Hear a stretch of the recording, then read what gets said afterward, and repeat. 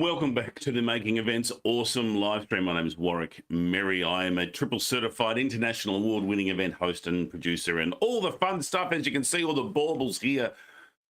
Yay. Hey, let's talk sound. Sound is such an important and frequently overlooked element of events. Now, don't get me wrong. Most of us will have an AV person who's making sure the microphones are all good and everything's all amazing. Many speakers will consider the sound. Often the AV crew will put on some lovely background music, and that's okay. But I reckon you deserve better than okay for your events. And in fact, I reckon you want more than just okay for your events.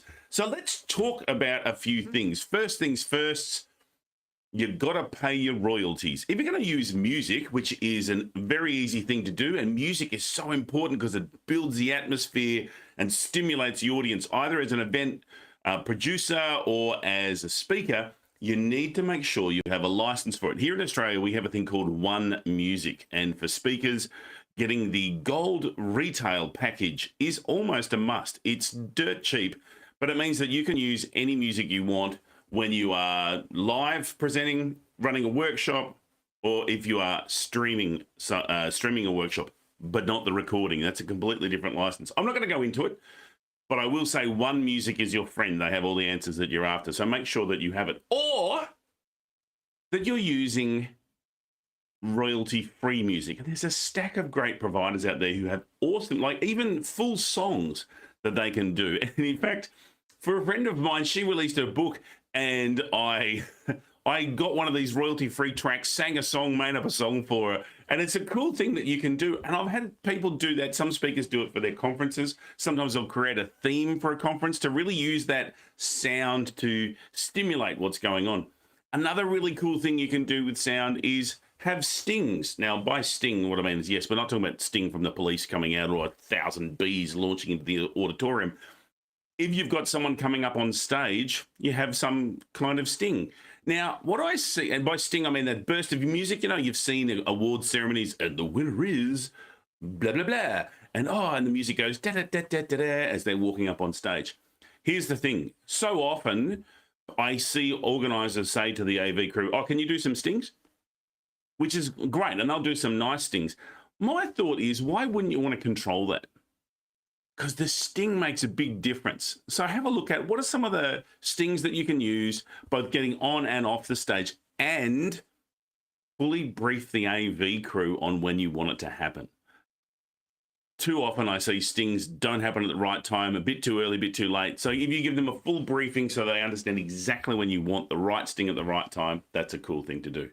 Now, when it comes to hybrid or online events, and we saw this sports do this over the COVID lockdowns when people couldn't go to the events. Often what they do is they would have a recording of crowds. There's no one in the theatre, no one in the stadium. What they found is when they would broadcast, it was very boring for people because they couldn't hear what's going on. So they would then overlay some recording. They had some very clever people who would time it really well. And you'd hear the roar as the ball went up and all that kind of stuff. There's a lesson to be learnt there. For us, if we have a hybrid event and we say, oh, there's 200 people in the audience and 1,000 online, but if we can't hear the audience when the applause is going on, it's just distant, it takes something away from the experience. So get your AV crew to mic the audience. The AV crew can simply set up a couple of mics at the back that'll pick up the roar of the applause of the audience or the laughter, and it'll add a certain element to the online participants so they get to feel the energy of the laughter and the joy that's going on. So make sure you set up and mic the crowd. That makes a huge difference as well. And don't be scared. If you're a speaker, don't be scared to use some kind of sound effects. So, you know, if sometimes that happens, you have a mistake, so you can play your magic doll button, or maybe you've done something miraculous. Hallelujah. Whatever it is, you will work out what you need to do that's going to make a difference. Sound effects can really add something to the process. So whether it's you as a speaker or if you're an event producer or conference organizer, have a chat to the AV crew about when you want certain sound effects placed. It makes a big difference. Now, a little hint for those of us who are working from home, and that is that there's a cool thing you can do called filters. You can set up some filters on your microphone. Now, I use a thing called OBS. Currently, I'm also using Restream. StreamYard does it as well. Even Zoom and some of the others, they allow you to muffle your, well, not muffle, it just reduces the sensitivity of the microphone. So at the moment, as I speak to you, it's raining. It's raining heavily, but you can't hear it. Because I've got a filter set up on my phone, on my microphone, so that it's compressing the sound and it's filtering out any background noise. It's really helpful when my dog goes crazy and barks at things. It minimizes, it doesn't get rid of it completely, but it really minimizes the impact. So have a look under Zoom. It's under audio settings. You can have there sort of your, I don't think it's called sound compression. It's going to be called filter or muffle or compression or something, so that it can get rid of background sound. So filters can be very powerful on your microphone. And the other thing is, get used to your equipment. I know that just sitting here like this, I'm getting fairly decent sound. And I know that when I lean in, it's better. Oh, look at my bald spot.